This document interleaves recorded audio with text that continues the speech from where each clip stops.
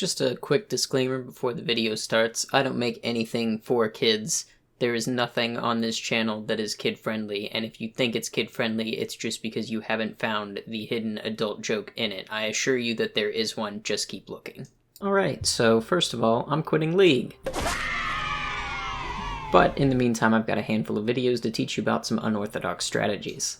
This is my first of 2 videos that I plan for Thresh. This first one is going to be a good pick into AP heavy teams, and specifically against Kayle.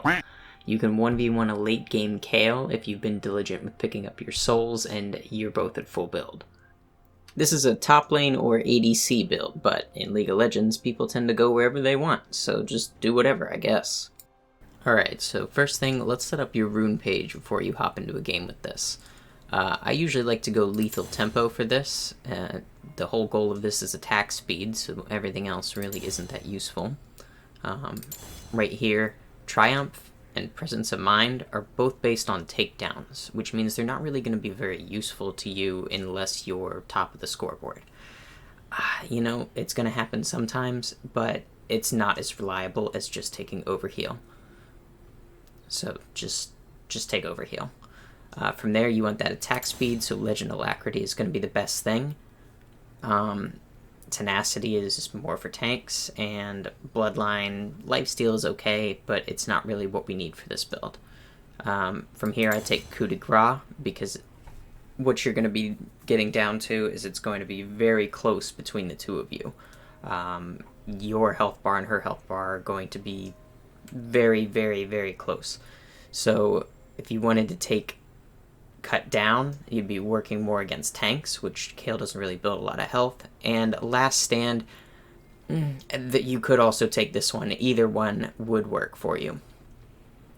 So then from there we move into the Resolve tree. A lot of people would not take the Resolve tree when they're running an AD carry. They might try and get something from the Domination or the Sorcery tree. But I like to take the Resolve tree because Demolish helps you knock down that tower plating in the early game. Really helps you get that extra gold, and once you've knocked an enemy out of lane or you're punishing them for roaming, it's a lot easier for you to profit off of doing that. Additionally, I take Bone Plating because it's going to be your best item for dueling in this whole tree. Everything else is just not useful enough for you to be able to fight against her. She doesn't really have a lot of crowd control, and healing and shields, it's just not going to be as strong for you. From there, you want to go with offense, 10% attack speed. That's not scaling like cooldown reduction, it just gives you a flat 10% attack speed. It's way better than anything else you could take here. From here, I usually take Flex for Adaptive Force, but if I'm going against a really AP heavy team, I'll switch to Magic Resist and double up on Magic Resist down here. But usually, you don't need that. So this is what I like to run with that. Next up, we're going to head over to items. Alright, so looking at items, these are my starting choices usually. Usually I will take a Cull if I'm bot lane with a support. If I'm facing a heavy poke team, I'll usually take a Door in the Shield or a strong AD Bruiser in top lane. I'll still take that Door in the Shield.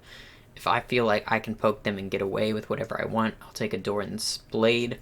And if they're an AP heavy champ that deals a lot of early game damage, like Rumble or Mordekaiser, I might just go ahead and start with Null Magic Mantle.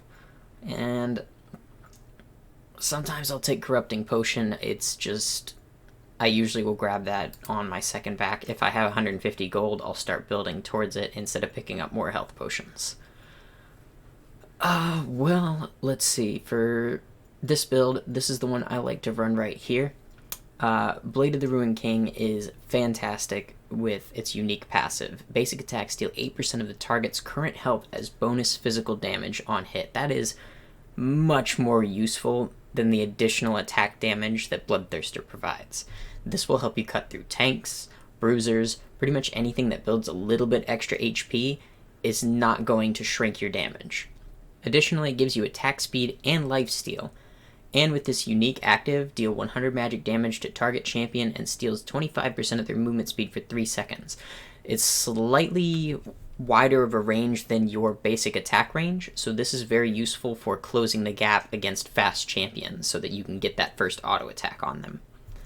Then from there, I like to switch to Death Stance. This is a more defensive but still lifesteal oriented item. Additionally, this will give you cooldown reduction, but the heal for 15% of damage dealt, very useful, especially since your attacks are single target. From there, 30% of damage taken is dealt as a bleed effect. This is very, very useful because all the damage that you're taking is being reduced. Sure, you're still taking the damage, but because it's being slowed down over 3 seconds, you can heal through it. And this is a very, very strong item, and if you're playing any AD champion and looking for an extra item to put on it, this is it. This is what you want. From here, you're going to hit Wit's End, and that's going to be your Power Spike item. It's going to give you a lot more attack speed, a lot more magic resist, and a little bit of move speed. With the unique passive, it's going to start healing you more whenever you get onto low health. It's just fantastic against AP champions that like to burst you down. You just start regenning it right back up. Ginsu's Rage Blade, 25 attack damage, 25 ability power, 25 attack speed. Basic attack steal, 15 magic damage on hit, which is good because of Thresh's Flay passive, which is just an additional 15 isn't terrible. Last Whisper and Dissolve help with his auto attacks again. You've got armor penetration and magic penetration on there. 15% of each. Very useful. And then additionally, basic attacks grant plus 8% attack speed for 5 seconds. Up to 6 stacks. This is going to get you plus 48% attack speed when it builds up. And then you gain Ginsu's Rage. Every 3 basic attacks trigger on-hit effects twice. All very, very useful passives to have on an item, especially when you're going attack speed. And since we went lethal tempo, we don't have to worry about the attack speed cap stopping us from exceeding it. Finally, by the time that you've got Ginsu's, you'll usually be ending the game at that point. But if for some reason the game is still going, pick up a Black Cleaver. It'll give you a little bit of health, a little bit of attack damage, and finish out your cooldown reduction if you haven't gotten it already. Dealing physical damage to an enemy champion cleaves them, reducing their armor by 4% for 6 seconds. Very, very useful for reducing the enemy's attacks. Stacks up to 6 times, up to 24%. So while your Ginsu's is stacking, you're also shredding their armor. Very useful. Rage is very good for keeping on your target. So if you hit them with your active from your Blade of the Ruined King, and then get your first auto attack off, your Rage is going to keep giving you that movement speed to be able to catch up to them. Very, very useful. For my final item, my boots, I usually like to go Swifties. I don't put them on here just because I pick out my boots depending on the match. But I usually will go Swifties because the movement speed to close the gaps and escape is much more useful than the tenacity or the damage reduction from Ninja Tabi. Ninja Tabi could be very useful depending on how your Kayle is killing you. Blocking 12% of damage from basic attacks would help a lot if you're just below where she is. If she's just barely beating you, just pick up those Ninja Tabi. They might just push you over the edge. Alright, from here we're going to go into some in-game clips. So here in this first game, I'm against an enemy Yasuo. Yasuos are usually pretty cocky and they feel like they can win early game, which is why he tries to go in on me right here. I took a Doran's Shield because I expected this, and he took a Doran's Blade because he expected that he'd be able to do whatever he wanted. Meanwhile, we both go down to the same hit points, and my Doran's Shield regen kicks in. From here, you kind of just want to poke and finish your minions. You really don't want to push that hard. Your goal is to get them under the tower. So grab your lantern second so that you can grab your souls, because grabbing those souls is the fastest way to get you to roll into the late game. Additionally, Thresh is fairly good at farming under towers, mostly because of his Flay build-up passive. Yasuo's W will block Thresh's Q, but what Yasuo doesn't know is that Thresh's auto attacks are not coded as projectiles, so you can just auto attack him straight through that wind wall. So Nidalee appears bot side, and when I know that, I'm going to be able to push and do whatever I want. So right now I'm focusing on building up a minion wave to push forward into Yasuo.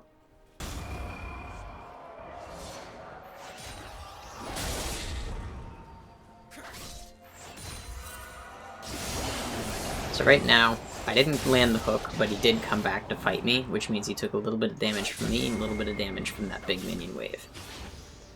And right here, he thinks, oh, I could probably fight against this Thresh, but he can't. And that's first blood.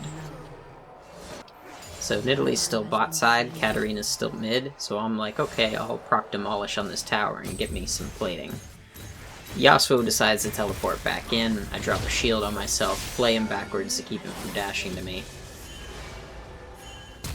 And right here I notice that he misses his Q, so I bait him this way, dodge it.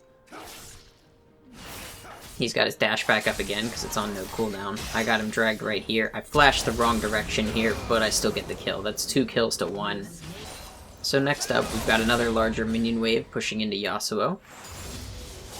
And as soon as his last minion goes down, I'm going to pull him into the fight here.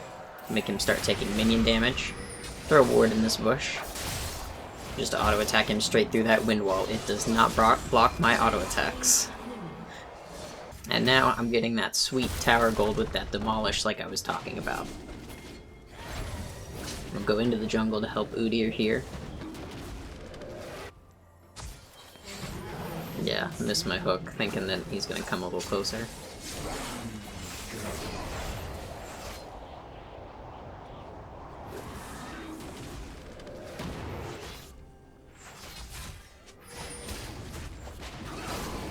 Right here, I'm trying to get this Nidalee back into the fight here, but I just can't close the gap, and I accidentally take that kill from Malzahar, and I am so sorry.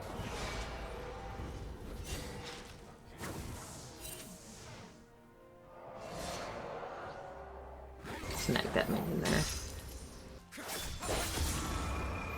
I lantern myself and choose to take the tornado just to show him how futile it is. And now it's time to fight him again. Straight through that wind wall, we're just gonna keep auto-attacking him. And as soon as he's out of lane, we're proccing that demolish on the towers again to pick up more plating. Right here, you normally only get 1 plate on this tower. Maybe 1.5, but right here I get 2 whole plates just off of 1 push. And Yasuo's out of lane again. That means he loses tower privileges. And then here we're gonna teleport bot lane. We're gonna finish this shit up.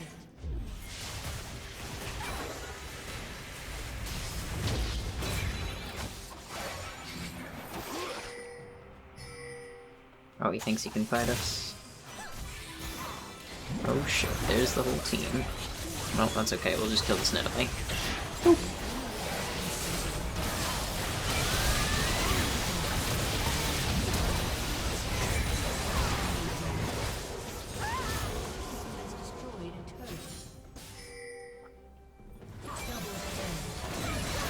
And set up my Lucian.